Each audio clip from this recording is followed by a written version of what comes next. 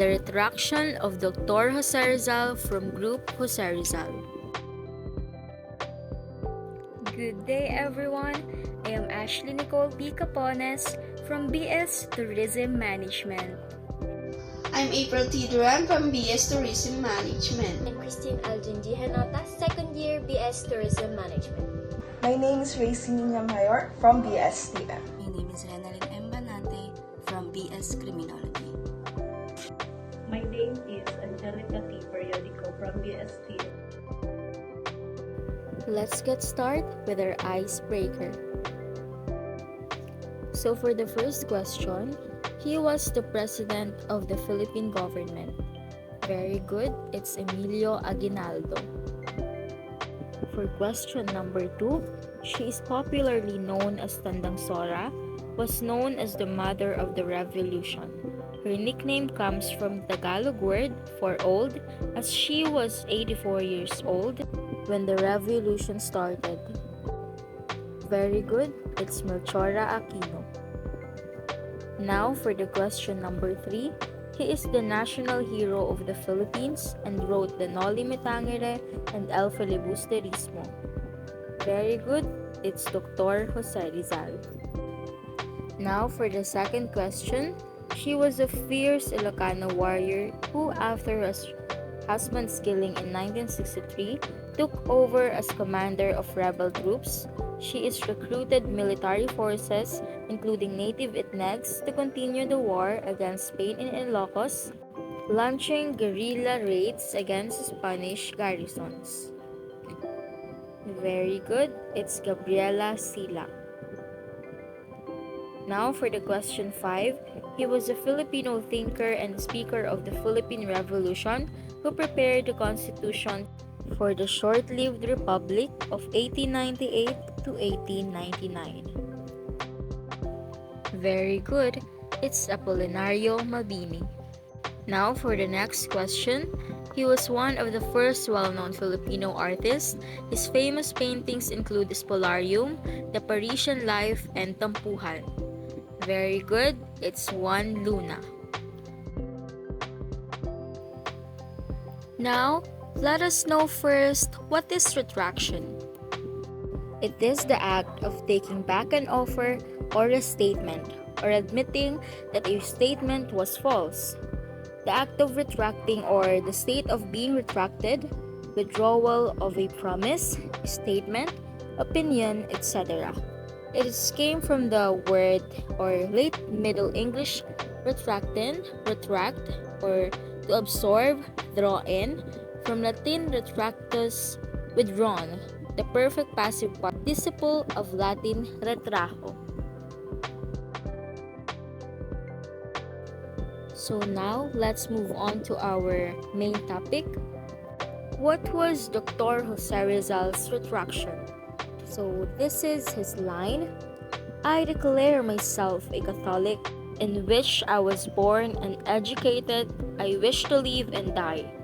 I retract with all my heart whatever in my words, writings, publications, and conduct has been contrary to my character as son of the Catholic Church.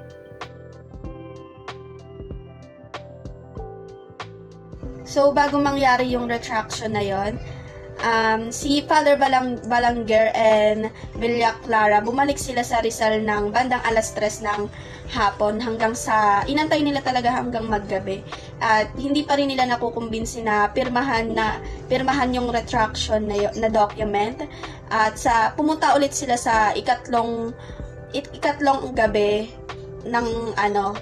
ng pagkita nila ni Rizal. Nangyari naman yun ng mga bandang alas 10 na ng gabi. Tapos doon sila nagpulong-pulong, pinakita nila kay Rizal yung dalawang template na retraction na ginawa ayon kay Father Balanger. Tapos nakita ni Rizal na hindi katanggap-tanggap na yung unang template kasi hindi tinanggap ni Rizal yung unang template na pinakita nila dahil nga din sa sobrang haba nito, pati yung wika at estilo nito, hindi sumasalamin sa kanyang pagkatao.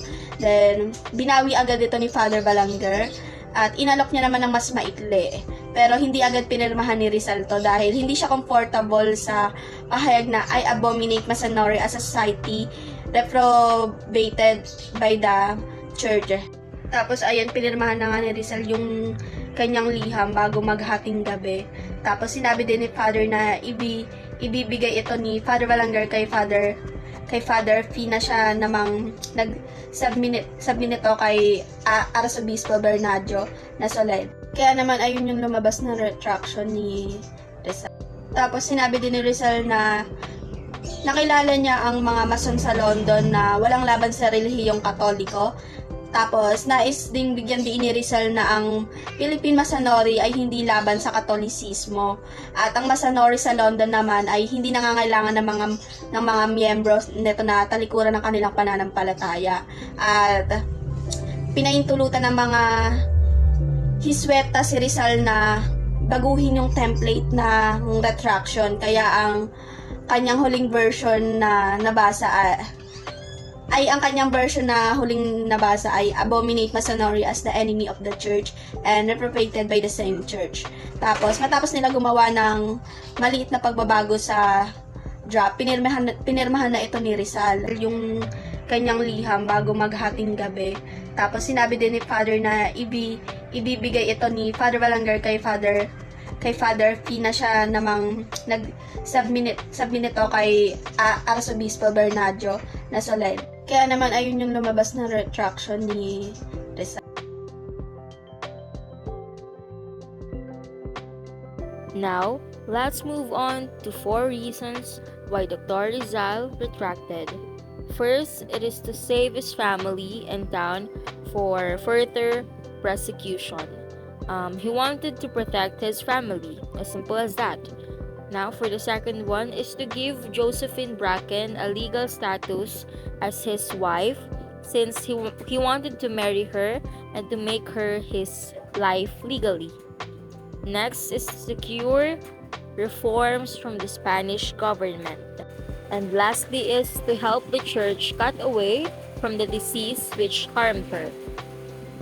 He wanted to heal the sickness of the Catholic Church. All theories came from the retraction paper that was written by Rizal. According to Father Balaguer, Rizal received and accepted the shorter retraction. It is stated that he was able to convince Rizal to accept the Catholic Church because if he did not accept it, God will condemn him. Father Balaguer also added that Rizal retracted because he wanted to marry Josephine Bracken, as what we've read on number 2. He saw how Rizal signed the marriage certificate and the retraction paper, which strengthens the idea of Rizal's retraction. Some people believe that Rizal retracted because before his execution, but there are still some people who believe that Rizal did not retract on anything. Rizal was not buried with a good standing as well. Dr. Rizal's body was buried 10 months after his death. He was also buried without a coffin in a cemetery for anti-Catholic church. He should have been buried properly if ever he was converted back to the Catholicism. There are 4 versions of Rizal's retraction. The first version was published in La Voz Española and Diario de Manila on the same day of Rizal's execution, December 30, 1896. The second version of the text appeared in Barcelona, Spain on February 14, 1897 in a fortnightly magazine called La Juventud, sent by an anonymous writer who 14 years later revealed themselves as Father Balaguer. The third version, which was said to be the original, was discovered in the Archdiocesan Archives on May 18, 1935 after it disappeared for 39 years from the afternoon Rizal was shot. The fourth version appeared in El Impartial the day after Rizal's execution. It is the short formula of the retraction.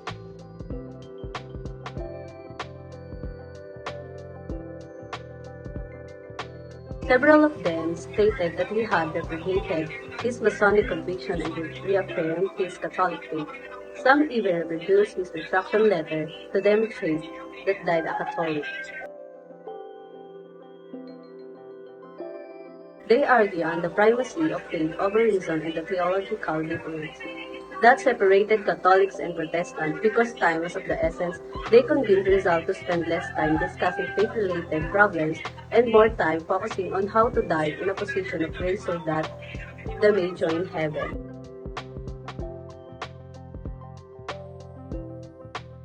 They informed him that they could not provide the sacrament he required unless he signed a retraction letter, his religion. Rizal a little went to warn him that his soul would go to hell if he did not return to the Catholic faith. According to Bulger, he reminded him that there was no redemption outside of the Catholic Church. Around lunchtime, the two just departed Rizal. Confinement with Rizal, still undecided about whether or not to sign the reflection letter.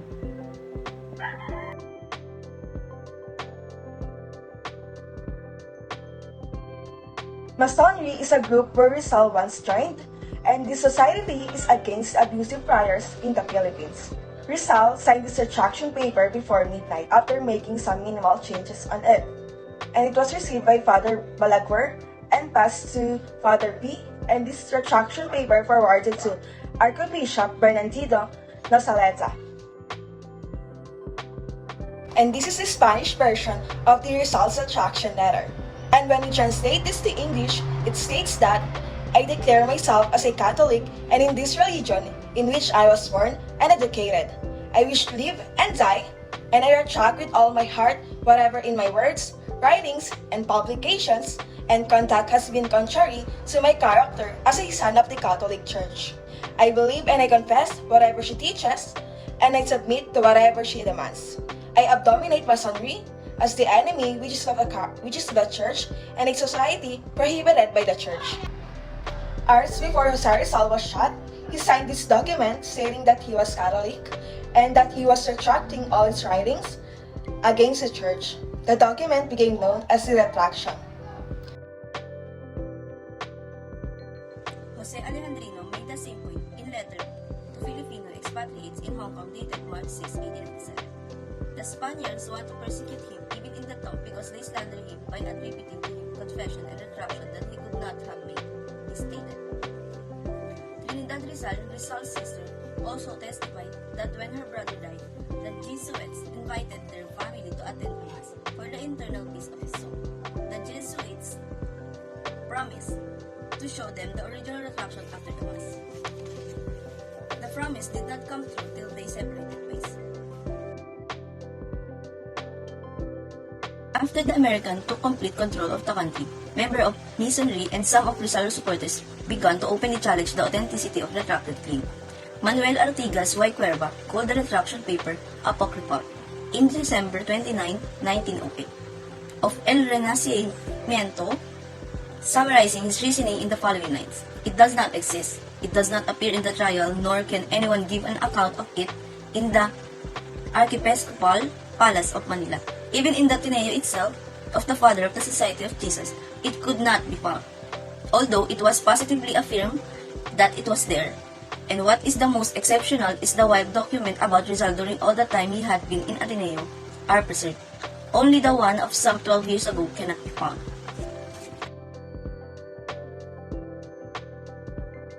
Don Juan Couture Y. Fernandez performed a drama reenacting Rizal death in Manila Opera House. The retraction narrative was explicitly refuted here.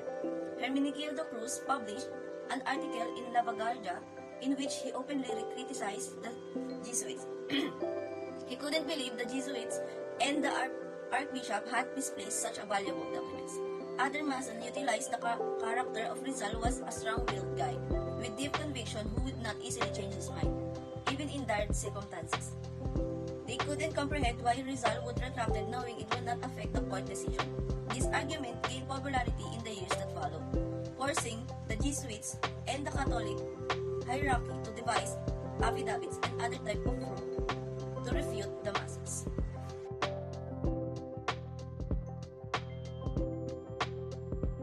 Immediately called Manila Archbishop Michael, who was in Baguio at the time. The following day, the Archbishop presented the document to the Archbishop, who handed it to President Manuel L. Quezon. Theodora M. Callow, the National Library's direction at the time. Carlos P. Romulo, the editor of the publication Philippines Herald, the document and concurred with Calong's findings. He broke the news in the Philippines Herald on June 15, 1935 with the headline Rizal Retraction Found. According to Baird, there is not the slightest doubt that every word on the sheet of paper was written by Jose Rizal. The Mason accepted the 1935 retraction paper as reality, but whether it was written and signed by Rizal remained a significant matter for them. The question was whether the newly discovered retraction document was authentic. Rafael Palma, a famous Mason and former president of the University of the Philippines, questioned the document's credibility because it did not reflect Rizal's genuine character and views. After closely examining the document, Pascual came up with a book. Pascual found anomalies in the slants of the handwriting, Rizal's signature, the inks used, the font of some words, the margin, and the formation of individual letters in Pascual 1959, 7-30. Another challenge to the legitimacy of Rizal's retraction was the discrepancy between the text of the 1935 document and the version of the retraction that Father Balaguer had made a presentation. In the 1935 agreement, Qualidad is spelled with AU, whereas in Father Balaguer's version, it is spelled without AU, Calidad, so Qualidad and Calidad. Next, Father Balaguer omits the word Católica following the word Iglesia. The term Católica appeared in both the 1935 and newspaper versions, so in Father Balaguer's version, there is no Católica. Third, the third Iglesias is preceded with the word Misma or same in Spanish in the Jesuits version. The word does not appear in the 1935 document. Fourth, in terms of paragraphing, the second paragraph in Father Balaguer's version does not begin until the fifth sentence, whereas the version in the 1935 document, it directly begins after the second sentence. Finally, the 1935 retraction has only 4 commas, whereas in Father Balaguer's version, there is 11, Retana 426 to 427, 1907. Pascual concluded that the 1935 retraction document was forged, but he was unable to identify the forgers. It was Ildefonso Runas who would do so in a book that he published in 1962. The saga of the retraction controversy continued after World War II, reappearing as a side issue when the Rizal Law was being debated in the 1950s. The conclusion. So we believe that Jose Rizal retracted since there is a lot of evidence supporting the retraction, and the document discovered by Father Manuel Garcia has already been investigated by archivists and historian. And we believe that Rizal just wanted to be at peace by the time of his death, so he retracted, and no one can really prove if the retraction is legit because there are many who disagree, and there are others who say that it's just a fabrication or to clean the name of the Catholic Church because of the novel of Jose Rizal, that Nolly and Feli were shown the cruelty of the Spanish priors to the Indians. And in conclusion, even though Rizal was died, Catholic or not, it doesn't change the fact what you have done and his writing already achieved. He is still our hero who faces death just to prove to those who deny our patriotism that we should know how to die for our duties and beliefs. Here are the references of our report. Thank you so much for listening.